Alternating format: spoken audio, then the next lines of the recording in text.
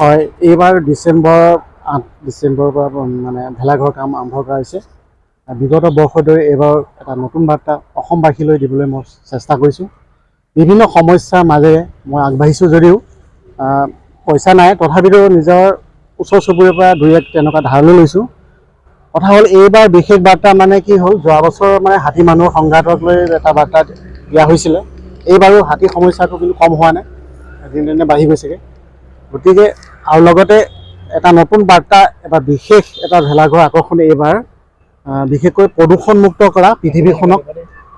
এই 4জন মানুহে পৃথিৱীখনক দাঙি ৰখাৰ প্ৰচেষ্টা কৰিছে যে আৱৰ্জনা পৰা পৃথিৱীখনত দাঙি থাকিব আৰু ওপৰত বৃক্ষৰোপণ কৰি থাকিব এগৰাকী মহিলাই, আৰু কলগছ এডাল আৰু এডাল গছ ৰুই থাকিব।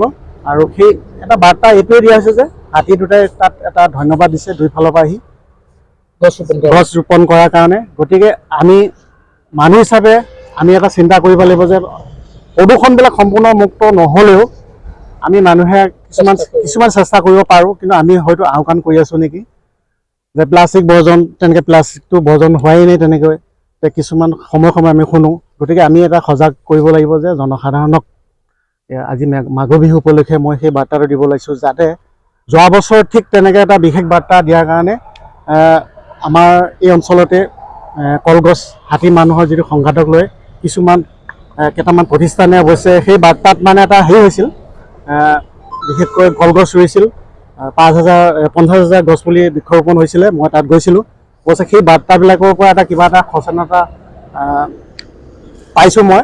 গতিকে মই প্ৰতি বছৰে কিবা এটা দিয়াৰ চেষ্টা কৰিছোঁ। গতিকে এইবাৰ বিশেষ বাৰ্তা এইটোৱে যে হাতী মানুহৰ সংঘাতটো বাৰু আছেই, লগতে পৃথিৱীখনক যদি আমি প্ৰদূষণমুক্ত কৰিব পাৰোঁ নেকি, সেইটো এটা প্ৰচেষ্টা। বাজেট প্ৰায় 80,000 টকা, প্ৰায় 80-90% কাম ধৰি লওক, আৰু বাকী আছে 30%মান 40%মান কামেই হৈছে। গতিকে এই ক্ষেত্ৰত ৰাইজৰ কিছু যদি অৰিহণা পোৱা যায় তেতিয়াহ'লে মই হয়তো আৰু কিছু হয়তো আগবাঢ়িব পাৰিলোঁ হয়, কাৰণ বিভিন্ন সমস্যাৰ মাজত যিখিনি কৰিছোঁ বহুতখিনি কৰিব পৰা নাই যেনেদৰে আগবাঢ়িব লাগে। গতিকে মোৰ ফালৰ পৰা যিখিনি কৰিছোঁ বা ওচৰ চুবুৰীয়া আমাৰ নয়নজ্যোতি যুৱ সংঘ এটা আছে, তেখেতলোকেও মোক এটা মানে আগবঢ়াইছে যে তই কৰি যা, আমি আছোঁ। কিমান চনৰ পৰা আপুনি এই ব্যতিক্ৰমী ভেলাঘৰ? 2011-12 চনৰ পৰাই বৰ্তমানলৈকে আজি 13-14 বছৰমান হ'ল নেকি। মানে প্ৰথম বৰ্ষত তেনেকৈ ধৰি লওক ৰংঘৰৰ আৰ্হিত আছিলে। গতিকে তেনেকৈ আহি মানে কিবা এটা কৰি আছোঁ। সম্পূৰ্ণ ধৰি লওক মই যিখিনি আগবাঢ়িব পাৰোঁ আৰু ৰাইজৰ যদি সহযোগিতা পাওঁ হয়তো মই ভৱিষ্যতে আৰু আগবাঢ়িব পাৰিম বুলি মই আশা কৰিছোঁ।